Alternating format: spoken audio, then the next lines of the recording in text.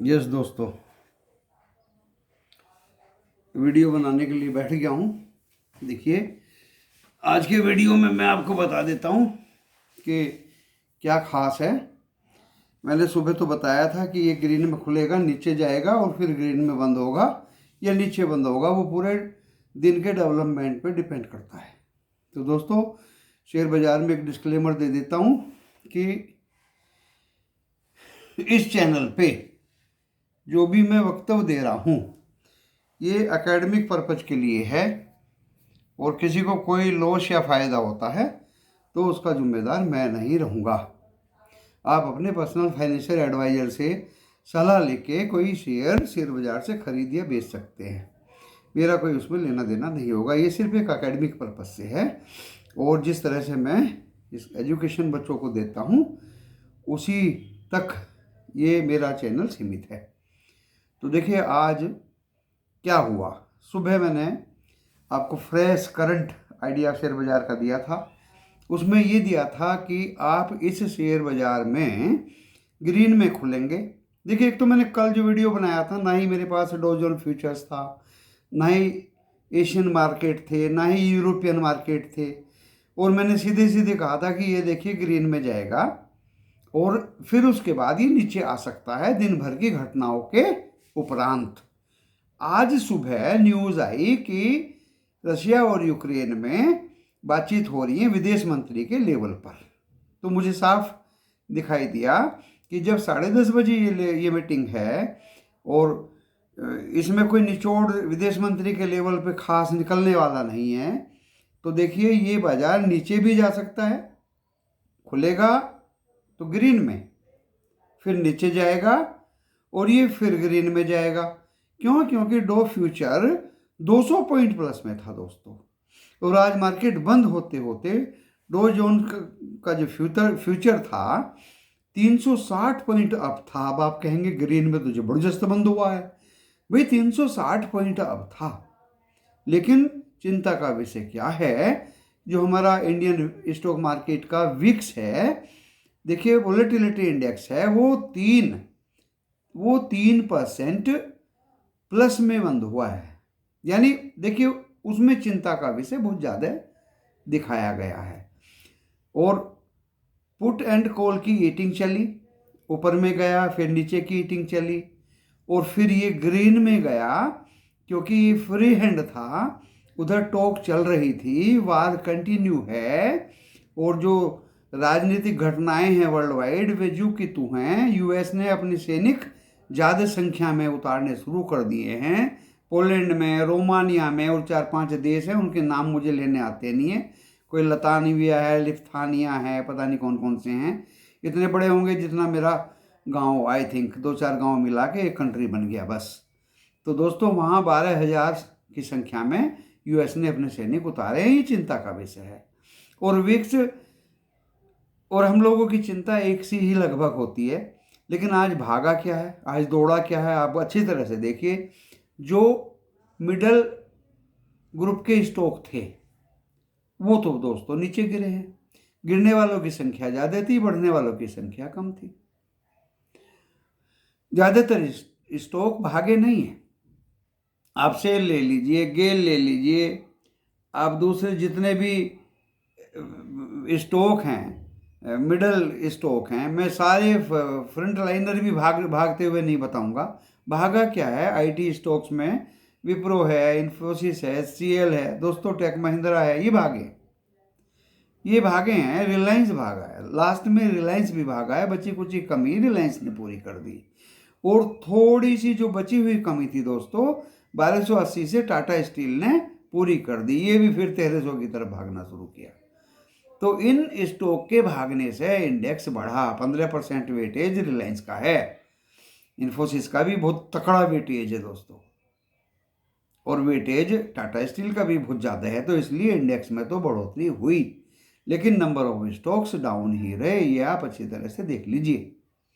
और मैंने ये साफ साफ कहा था कि आप सेल ऑन राइज करिए। जब मार्केट बढ़े सेल ऑन राइज करिए। और मैंने सीधे सीधे टेलीग्राम पे भी और अपने व्हाट्सएप चैनल पे भी, और मैंने साफ साफ लिखा था कि आज बेचने का दिन है दोस्तों, खरीदने का नहीं है। और किसी किसी को तो मैंने साफ ही कहा था कि गुदगुदी को कंट्रोल करिए, बार बार पूछते हो क्या खरीदें क्या खरीदें। होता है ऐसा दोस्तों, किसी समय में मुझे भी हुआ करता था, जब मार्केट 200, 250, 300 पॉइंट निफ्टी और बैंक निफ्टी 700, 800 पॉइंट भाग गया, तब गुदगुदी सी हुआ करती थी हमें भी किसी ज़माने में कि खरीदो, कभी ये अंबर ना तोड़ दे। ऐसा नहीं होता दोस्तों। उस समय पे आप अपने आप को कंट्रोल करिए। समय बड़ा बलवान है इस बाजार में, और ये बाजार कुछ नहीं है। जिसने अपने ऊपर कंट्रोल कर लिया, ये बाजार उसी का ही है। इसमें दो टर्म्स यूज की जाती हैं, एक तो अपने आप पे काबू, मैं हिंदी में भी बता रहा हूँ, अंग्रेजी में भी बता रहा हूँ और गुजराती में भी बता रहा हूँ। अपने आप पे काबू करिए, कंट्रोल करिए। नंबर 2, आप सब्र रखिए, पेशेंस रखिए। बस जिसने ये दो चीज़ सीख ली, इस बाजार में वो मार नहीं खाएगा। मैंने गेल बताया था 150 नहीं तोड़ेगा, तो देखिए उसने नहीं तोड़ा, क्योंकि सभी को 5 रुपये दिख रहे हैं, मुझे भी दिख रहे थे, मैंने भी सौदा डाला हुआ था कि अगर मैं 1000 ले लेता हूँ और मुझे 31 तारीख से पहले पहले बैंक में 5000 रुपये आ जाते हैं, तो मुझे क्या रुपया आना बुरा लगता है। तो दोस्तों इसलिए गेल के टूटने की संभावना थी ही नहीं। आप कल भी देख लीजिए, 150 टूटने की संभावना थी ही नहीं। तो दोस्तों मैं इस वीडियो के माध्यम से भी आपको हिंट दे देता हूं। अब बात आती है स्टील अथॉरिटी ऑफ इंडिया की। उसकी 16 तारीख को डिविडेंड की मीटिंग है, सभी जानते हैं। अब जिस बात को सब जानते हैं, उसको इस चैनल पर अगर मैं बोल देता हूं आप लोगों के भले के लिए, तो क्या बुराई है दोस्तों। इसने 4 रुपये का डिविडेंड दिया, फिर इसने शायद 1 रुपया या 2 रुपये, 1 रुपया 20 पैसे का डिविडेंड दिया 2021-22 में। अरे कितना डिविडेंड देगा ये, इंटरिम ज़्यादा से ज़्यादा 1 रुपया दे देगा दोस्तों। इसके लिए मैं खुल्ला बोल रहा हूँ, गेल के लिए नहीं बोल रहा था मैं। गेल के लिए मैंने नहीं बोला था, गेल तो मेरा गोल्ड है। सेल के लिए ज़्यादा से ज़्यादा 1 रुपया दे देगा। सबको पता है कि क्यों बढ़ेगा। 100 रुपया या 101 गया, फिर नीचे की तरफ उसने अपनी मुंडी कर ली। तो आप ऐसे स्टॉक को तभी पकड़िए जब ये नीचे की तरफ आपको, काफ़ी नीचे की तरफ आपको मिल लें। तो दोस्तों वैसे तो बुरा नहीं है, सेल पे भी मैंने वीडियो बनाया हुआ है। सेल भी आज अच्छी खासी EPS Q4 में दिखाएगा। तो दोस्तों आप मेरे इस चैनल को अच्छी तरह से समझिए और सुनिए और परखिए, और मेरे इस चैनल के सब्सक्राइब करिए, ताकि इसके इसके इसके आप बेल आइकॉन को दबाइए और बटन को दबाइए, ताकि आपको ये वीडियो समय पर आपको मिल जाए। और मैं फ्रेश सुबह सुबह की भविष्यवाणी तो करता ही हूँ, एक दिन पहले भी कर देता हूँ। तो देखिए कल, अभी से ही मैं बता देता हूँ, कल डॉ जोन्स फ्यूचर्स प्लस में है, US मार्केट्स प्लस में ही रहेंगे, ऐसा ये इंडिकेट करता है फ्यूचर।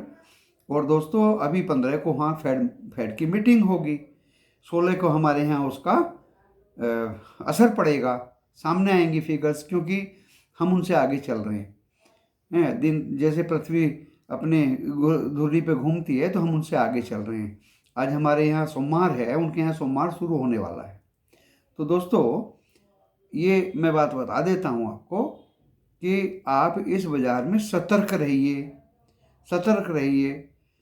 वो तो भविष्यवाणी जो मैं बोल रहा हूँ या बोल रहा था कि वार होगा, ये होगा, वो होगा, थोड़ा सा धूमिल वो पड़ता जा रहा है, इसलिए भी आज बाजार में रिकवरी हुई।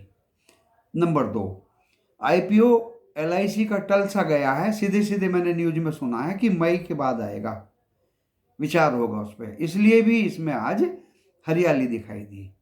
नंबर 3, हम GDP को अपनी मजबूत देख रहे हैं, इसलिए भी इसमें हरियाली आई। हमारे 5 स्टेट्स में से 4 BJP की गवर्नमेंट बन गई है, इसलिए भी हरियाली आई दोस्तों। और मोदी जी की गद्दी की सड़क यूपी से ऊपर जाती है, वो भी 2024 में हमें खुलती दिखाई दे रही है। और साफ सीधी सी बात है, मैं तो इस चैनल पे चिल्ला चिल्ला के बोल देता हूँ, मोदी जी जहाँ भी राज करते हैं वो 15 साल तो कम से कम करते ही हैं। मेरे गुजरात में भी 15 साल ही उन्होंने मुख्यमंत्री का कार्यकाल पूरा किया, और दिल्ली में भी मैक्सिमम रिकॉर्ड तोड़ेंगे। 10 साल का रिकॉर्ड अभी तक मनमोहन सिंह ने और बनाया है, इसको वो तोड़ने जा रहे हैं और 15 साल तक राज मोदी जी का ही रहेगा, दूसरे नेता मुझे कोई दिखाई नहीं दे रहे। ये तो राजनीति की बात रही। इसका भी स्टॉक मार्केट पे फर्क पड़ता है दोस्तों। एफआईआई का पैसा हमारे देश में ज़्यादा से ज़्यादा आता हुआ दिखाई देगा। और अब मैं बात बताता हूँ निगेटिव फैक्टर्स की। एफआईआई देखिए सेलिंग पे लगे हुए हैं। आज हो सकता है, मैंने तो देखा नहीं है, 7:30 बजे इसके एफआईआई के डाटा आएंगे, हो सकता है आज उन्होंने कम बेचा हो, ये भी मुझे लग रहा है। और अब वो कम बेचेंगे क्योंकि 11 महीने बेचते बेचते वो भी थक गए, और हम तो थके नहीं हैं, हमारे डीआईआई में बहुत ताकत है और हम कुछ रिटेल इन्वेस्टर्स अपने डीआईआई के साथ लगे हुए हैं। हम अपने देश को नीचे गिरने नहीं देंगे, झुकने नहीं देंगे, और आने के बाद उनको हायर रेट पे ही हमारे शेयर बाजार से स्टॉक्स खरीदने पड़ेंगे, तब उनको 2 पैसे का फायदा हो सकता है। देखिए नीचे तो पड़े हुए स्टॉक्स उनको मिलने वाले हैं नहीं, और हम 13-14% गिर चुके हैं। 12.13% ही गिरे हैं दोस्तों, और आज तो 12% गिरे होंगे। 18,604 और माइनस ये 16,800 निकाल लीजिए, तो डिवाइड कर दीजिए इसको 18,604 से, तो मुश्किल से 12% या 11-12 के बीच में हम गिरे होंगे, और रिकवरी हमारी स्टार्ट हो गई है, ऐसे मुझे लग रहा है। और कल जिस तरह से हमें विक्स ने डराया, हो सकता है दोस्तों, हो सकता है, वैसे तो हम कोशिश करेंगे 17,000 की तरफ जाने की, 17,000 की तरफ जाने की, और ये रात भर की डेवलपमेंट से पता चलेगा। और डॉ जोन्स फ्यूचर्स कल क्या होते हैं, एशियन मार्केट्स कल कैसे खुलते हैं, उनसे पता चलेगा। और कहीं लड़ाई तेज ना हो जाए और यूएस भाग ना ले ले और हथियार उसके पकड़े ना जाएं, रशिया कहीं उल्टा सीधा वार ना कर दे, तो दोस्तों प्रिडिक्शंस जो हैं ये अंधेरे में आजकल करना गलत बात है। सभी बच्चों को सजग करने की हमारी खासतौर से जिम्मेदारी है, और बिल्कुल सटीक प्रिडिक्शन, सटीक भविष्यवाणी में कल 8 बजे डेफिनेटली पॉजिटिवली आप लोगों के सम्मुख पेश करूंगा। और जैसे ही मैं पेश करूंगा उसी सटीक भविष्यवाणी पे आप चलिए, क्योंकि 6 बजे से 8 बजे तक मैं उसकी इधर उधर से न्यूज इकट्ठी करके कंक्लूजन करके निचोड़ पे पहुंचूंगा, और आप बिल्कुल ऐसे ही खेलिए जिस तरह से मैं कल 8 बजे इसकी भविष्यवाणी करूं। क्योंकि दोस्तों अभी मैं भविष्यवाणी करूं उसका कोई फायदा इतना ज़्यादा कल नहीं होगा। अभी तो मैं इस अपने वक्तव्य में आपको 1-2 स्टॉक्स बता देता हूं जो मैंने बताए हैं। देखिए सेल भी बताया है दोस्तों, गेल भी बताया, खैतान केमिकल फर्टिलाइजर्स तो भाग गया, आपको दीपक नाइट्राइट भी बताया था, वो भी चला गया ऊपर। पिरेमल मैंने देखा नहीं दोस्तों, अगर आपको मिल जाए 2000 कुछ 2100 के नीचे तो मेहरबानी करके पकड़ लीजिए 1-2 शेयर उसका। CDSL आज बच्चे बहुत पूछ रहे थे दोस्तों, बहुत बड़ी इक्विटी है। आप बहुत सोच रहे हो ये BSE लिमिटेड हो जाएगा, मुझे नहीं लगता। उसकी 9 करोड़ की इक्विटी है, इसकी 104 करोड़ की इक्विटी है, तो मुझे नहीं लगता। आपको डिविडेंड तो ये देता रहेगा, बाकी मुझे नहीं लगता कि ये दूसरा BSE बनेगा। हाँ, दूसरा BSE बनने के लिए और बड़े अच्छे अच्छे स्टॉक्स हैं जिनकी आप एनालिसिस करके और उनको आप कंक्लूड कर सकते हैं। अभी तो आप वो स्टॉक्स पकड़िए जो आपको 31 तारीख से पहले पहले अच्छा डिविडेंड आपकी झोली में डाल दें, और उसके बाद जैसे उनके रिजल्ट्स आए, दोनों तो में लड्डू रखिए दोस्तों। गेल का 5 रुपये का लड्डू रखिए, और जैसे ही इसके 31 मार्च के बाद अप्रैल 15 या 20 अप्रैल तक इसके रिजल्ट आएंगे, बहुत ही बम्पर रिजल्ट्स आएंगे, एप्रिसिएशन 160, 65, 70 रुपये तक शेयर जाएगा, तब बेच लीजिए। एक तो लड्डू आपको डिविडेंड से मिल गया, एक आपको एप्रिसिएशन से मिल गया, और कितना कमाओगे शेयर बाजार से। तो मैं आपके लाभांश की कामना करते हुए ज़्यादा कुछ तो इस वीडियो में कहना नहीं चाह रहा हूँ, क्योंकि मैं सारी चीज़ें बोल देता हूँ और मैं टू दी पॉइंट बोल देता हूँ, और मैं वेरी फ्रीक्वेंटली बोल देता हूँ। छुपाने के लिए मेरे पास कुछ नहीं है, और अगर मैं छुपाऊँगा तो मेरी हेल्थ डाउन हो जाएगी दोस्तों। क्योंकि ये मैं यूट्यूब पे जो अपना चैनल के माध्यम से आपके सम्मुख बोल रहा हूँ, तो अभी तो इसमें मेरा अकाउंट भी नहीं खुला। अभी तो मैं फ्रीक्वेंटली आपको अपने व्यूज दे रहा हूँ और आपको समझा रहा हूँ, और डेफिनेटली फंडामेंटली स्टॉक्स में ही आप पैसा लगाइए। बच्चों को मैंने टेलीग्राम चैनल पे काफ़ी सजग कर दिया है। Penny weaker and bad governance stock से दूर रहिए मेहरबानी करके, इनसे दूर रहिए मेहरबानी करके। बच्चे लोगों ने सुजलोन और पता नहीं कौन कौन सी एनर्जी और कौन कौन से शेयर्स थे वो तो पूछने अब बंद कर दिए हैं। एक कोई BCG ग्रुप, ब्राइटकॉम ग्रुप, पता नहीं कहाँ कहाँ से टपक गए ये ग्रुप। तो दोस्तों इन सब के बारे में और पुट राइटिंग और कॉल राइटिंग और ऑप्शन एंड फ्यूचर, उनके बारे में मैंने साफ साफ चेतावनी दी हुई है कि मैं जुआरी नहीं हूँ, ना ही मेरे चैनल को देखने वाला कोई भी दर्शक जुआरी है। हम इन्वेस्टर हैं।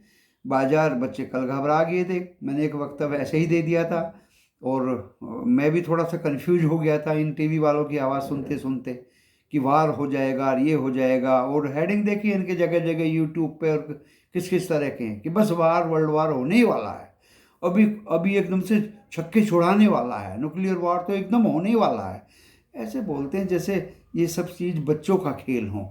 तो दोस्तों ये तो धूमिल होता दिखाई दे रहा है मुझे। ऐसे वार या न्यूक्लियर वार या एटॉमिक वार या वर्ल्ड वार नहीं हुआ करते। और मैं इसी से ही बच्चों से भी थोड़ा डर गया था कि सर अगर ऐसा है तो बेच दें सब कुछ। नहीं भाई, इन्वेस्टर्स नहीं बेचा करते। रोज अपने वीडियो में नई नई बात बता देता हूँ। 53 कंपनियों के स्टॉक्स मेरे पास हैं। अरे उन्होंने मिट्टी चाट गई, धूल चाट गई, कोरोना में वो मिट्टी हो गई, मैंने नहीं बेचे। क्यों बेचे? दोबारा से फिर उन पर रंग आ गया। इतना रंग आ गया कि कोल इंडिया, IOC, BPCL, HPCL, और ये भी 63-68 रुपये कितने पर शेयर तो डिविडेंड दिया है। HPCL भी पीछे नहीं, IOC वो सबसे आगे है। गेल बचाता उसने अभी राम कहानी जबरदस्त उठा दी। सेल बचाता वो अभी 16 तारीख को फिर डिविडेंड देने जा रहा है। तो दोस्तों आप अगर इनको इन्वेस्टर्स होके स्टॉक को अपनी झोली में, अपने पोर्टफोलियो में रखेंगे तो आपको नुकसान कभी नहीं होगा, आप होपलेस कभी नहीं होंगे। आप होपलेस होंगे पेनी स्टॉक खरीद के, आप होपलेस होंगे वीकर स्टॉक खरीद के, पुअर फंडामेंटल वाले स्टॉक खरीद के, बैड गवर्नेंस वाले स्टॉक खरीद के। इनके एग्जाम्पल भी आपकी बार शनिवार को मैं दे दूंगा कि कौन कौन बैड गवर्नेंस हैं, कौन कौन वीकर स्टॉक्स हैं, कौन कौन पेनी स्टॉक्स हैं और कौन कौन धोखेबाज स्टॉक्स हैं। ये मैं क्लियर कट अब की बार शनिवार को अपने एक लर्निंग विंडो के सेशन में वीडियो बना के आपके सम्मुख प्रस्तुत कर दूंगा। सारे तो पेनी स्टॉक कवर नहीं हो पाएंगे दोस्तों, सारे तो ग्रुप कवर नहीं हो पाएंगे दोस्तों, लेकिन मैं एक हिंट जरूर दे दूंगा कि किन किन स्टॉक से आपको बचना है। तो दोस्तों मैं आपके लाभांश की जबरदस्त कामना प्रभु से करते हुए इस अपने वीडियो को यहीं विराम देता हूँ। नमस्कार।